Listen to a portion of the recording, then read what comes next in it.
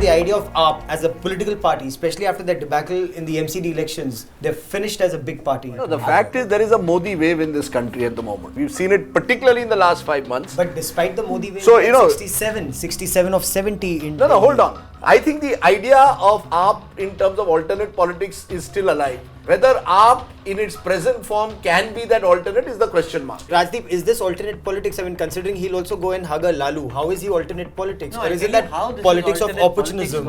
Is because, for example, some of these things which have gained traction now, the idea that netas should not be in Lal Batti cars, or the idea that you need to be straight and simple if you're in politics, you can't live an ostentatious life. All of these, frankly, are ideas which, not Kejriwal, but this whole people against corruption, the India against corruption movement initiated. It's then that it's caught on. And Kapil Mishra is his core team. Kapil Mishra is a cabinet minister. So if a cabinet minister is leveling these allegations saying, I was in that room, I saw money being given 2 crores in cash by another cabinet minister. Uske ghar ka aadmi, uska apna aadmi, uska cabinet minister. After he was thrown out of the cabinet. So he's saying, I've been thrown out because of that reason, because I exposed it. Why didn't Kapil Mishra record it? And look at the fights within. Yogendra Yadav already alag. Uske alawa Prashant Bhushan's now, Kumar Vishwas is fighting. So his core team, except a couple of guys, virtually everyone's splitting. And but which political party in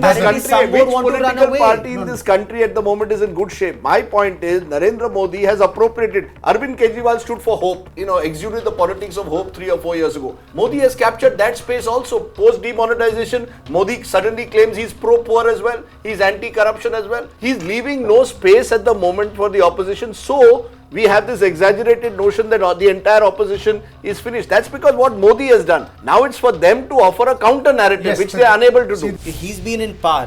What has he delivered? No, he's that delivered. Gives you hope? He's delivered. That He's delivered on water. He's delivered on power. No, if you go to there are any relatively much less corruption charges against his people. As a But at the moment today, nobody wants to judge all that. Politics about two sides. One side has seduced the voter to believe that he or she alone offers this new India, and the other side doesn't know how to counter this narrative anymore. That's the reality. But it's not correct to say that he hasn't done anything. For example, if you go to any public school in the capital today, public education is much better than earlier.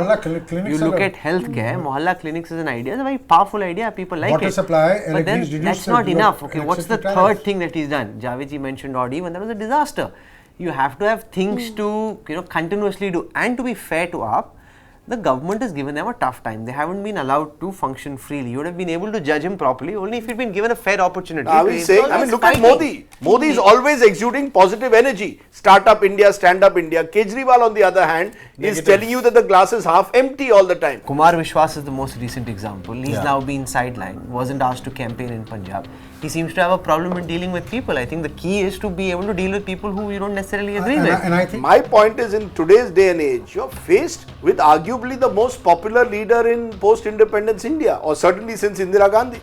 How are you going to combat him? I think Arvind Kejriwal or any of these opposition leaders today must feel like the opposition leaders felt when confronted with Indira in the early 70s. Eventually, Indira committed a self-goal with the emergency. But till then, she was the overwhelming leader. But Rajdeep, the way to have potentially done that is to have focused on governance in Delhi for 5 years. That's agreed. Modi became a phenomenon over 3 terms in Gujarat. Is there a way for Kejriwal to come back from this? Because what Rajdeep said was, it started off on wind of hope. And Gaurav just said that is precisely what has been squandered. Is there a way for him to dig himself out of it? I mean, it's been a few years. I think politics of humility, he's had a chance to prove himself. Yeah, it's a good politics point. He's after all heading a political party. Can you hold it against a political party for trying to expand its footprint? But first, get your own house in order and then expand. This guy didn't want anything because from the very beginning, his intention was to build up Manish Sisodia so that he could at one point in time take over as Chief Minister, and he already started thinking of himself as Prime Minister of India. You have to actually give it some time. You can't try and think that in one election. Too soon. Yeah, you can't think in one election man go from Kejriwal now doesn't want to speak to anybody less than the Prime Minister. He says Modi ko bulao. So in his head he's delusional in terms of where he thinks he's arrived at.